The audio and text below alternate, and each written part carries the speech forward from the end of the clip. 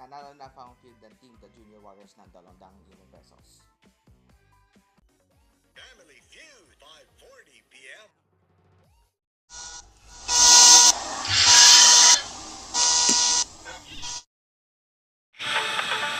Welcome to my episode that is called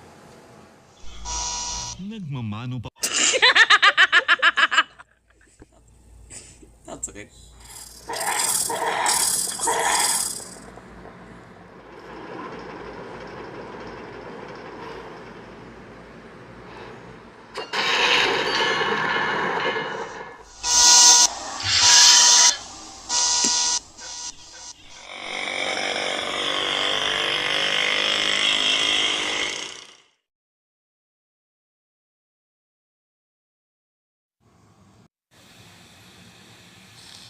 Today.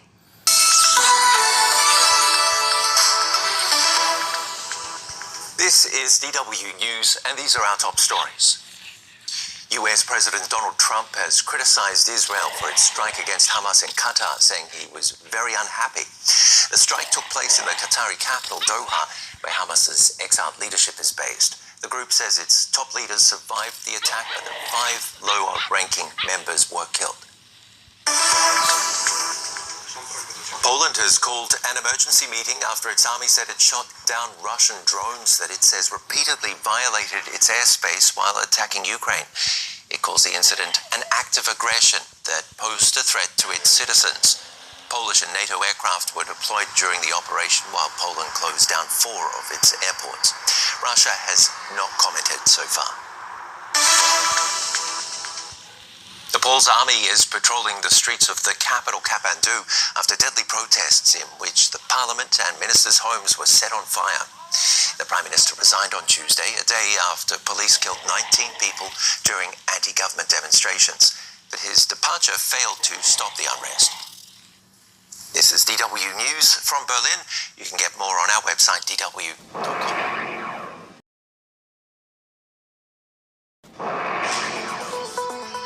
Today, NATO member Poland shoots down Russian drones for the first time since the war in Ukraine started. The future of Gaza ceasefire negotiations is in doubt after an Israeli attack on Hamas in Qatar. Robert F. Kennedy Jr. releases his plan to make America healthy again, and the rapper turned politician seen as a frontrunner to become the next prime minister in Nepal. It's Wednesday, September 10th. This is Reuters World News, bringing you everything you need to know from the front lines in 10 minutes, 7 days a week. I'm Kim Vanel in Wanganui, New Zealand.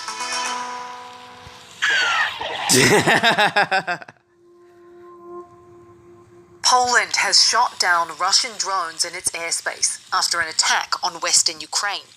It's the first time in the war that Polish forces have taken direct military action on their own soil. Reporter Alan Charlish is in Warsaw. Well, several drones violated Polish airspace overnight, more than 10. And the Polish army said that they shot down some that posed a threat to civilians or to the country. It's not the first time drones have violated Polish airspace, but it's the first time that Poland has actually shot them down because they saw them as posing a threat. The Prime Minister has called an emergency government meeting. He said that he's informed the NATO Secretary General. The operational command of the armed forces labelled the incident an act of aggression. Both Russia and NATO have yet to comment. Israel has attacked Hamas in Qatar, widening its military action in the Middle East and creating diplomatic waves given Doha is a close US ally. Hamas says 5 of its members Those who perpetrated this horror. And today, Israel and I have kept that promise. Qatari Prime Minister Sheikh Mohammed bin Abdulrahman Al Thani called Israel's actions treacherous. US President Donald Trump was more diplomatic. We'll say this, we want the hostages back, but we are not thrilled about the way that went down today. Reporter Jeff Mason says President Trump directed an aide to warn Qatar about the attack, according to the White House, but they may not have had much time. The White House spokeswoman read a statement that said that the White House was informed by the U.S. military, which is a little bit odd because she didn't want to say specifically that it was Israel that told the U.S. military or that it was the Israeli military that told the U.S. military. But in general, I think you can conclude that they had at least a very brief heads up. Reporter Andrew Mills is in Doha and says the ceasefire negotiations that were happening in Doha are now up in the air. About 24 hours before this attack, we reported that Qatari Prime Minister had met Hamas's negotiating team in an effort to press them to accept the latest US-led version of the ceasefire agreement. There is a feeling that today, after the attacks, that effort is probably not going to continue. There is no other government that is interested to stop such a civilian movement except the government of Israel. That's Saif Abu Keshek, an activist with the global Sumud flotilla heading to Gaza. He's speaking from Tunisia, where he says one of its boats was attacked by a drone at port. Another of the same group's boats reported the same thing yesterday. The Israeli military did not respond to a request for comment.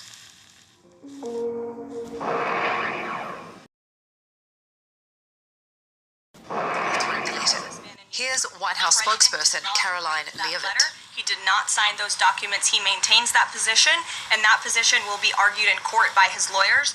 Leavitt says this is part of a Democrat-led smear campaign. A couple more legal developments for Trump. The US Supreme Court has agreed to decide on the legality of his sweeping global tariffs. It sets up a major test for the president's boldest claims to executive power after a lower court ruled he had overstepped his authority. Plus, a federal judge has temporarily blocked Trump from removing Federal Reserve Governor Lisa Cook.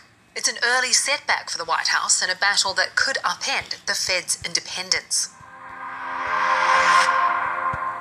Staying with the Trump administration, which is taking aim at what it calls an epidemic of chronic illness among children. A new report from the Make America Healthy Again Commission calls for changes to school diets, including offering full-fat milk and tighter oversight of food and drug marketing. This is an existential crisis for our country, and Health Secretary Robert F. Kennedy Jr., who leads the commission. Health editor Caroline Humer says the report notably stops short of recommending changes to chemicals used in agriculture. What Kennedy's trying to do with this report, right, is please the Maha moms out there and also not over-anger industry. When he first released the report back in May, there were some real specifics about pesticides that got the industry up in arms, the agrochemical industry in particular. He now tells everyone that he had 140 meetings with farmers and farmer groups. And the report that came out is compromise on that point, perhaps. The word pesticide may not even appear in the report. Health experts say the recommendations miss key issues like tobacco and added sugars, but it does propose investigating that.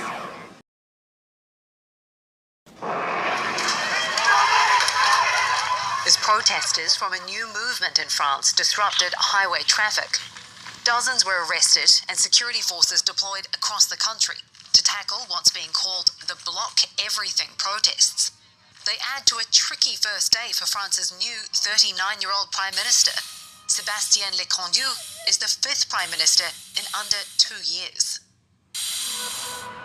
Thousands of protesters stormed Nepal's parliament, cheering as the building in Kathmandu goes up in flames. They're celebrating the resignation of Prime Minister KP Sharma Oli after weeks of protests over corruption and rising living costs that left 19 dead. As reporter Aftab Ahmed explains, the frontrunner to replace him is Balendra Shah, Kathmandu's mayor and a former rapper. Kathmandu has a big hip-hop scene and it has built up, and he was one of the popular faces during that time. His lyrics had a lot of appeal and he wrote about inequality, corruption even in those days. So his rap sort of led him to the political route that he has taken today.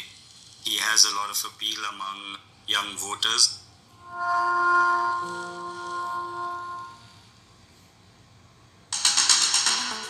And for today's recommended read, a Reuters special report. The CIA has been running covert ops in Mexico for years to try and track down the country's most wanted drug traffickers. We'll drop a link to that story in the pod description. For more on any of the stories from today, check out Reuters.com or the Reuters app. Don't forget to follow us on your favourite podcast player. If you're listening on a smart speaker, just ask for the latest news from Reuters 7 days a week. We'll be back tomorrow with our daily headline show.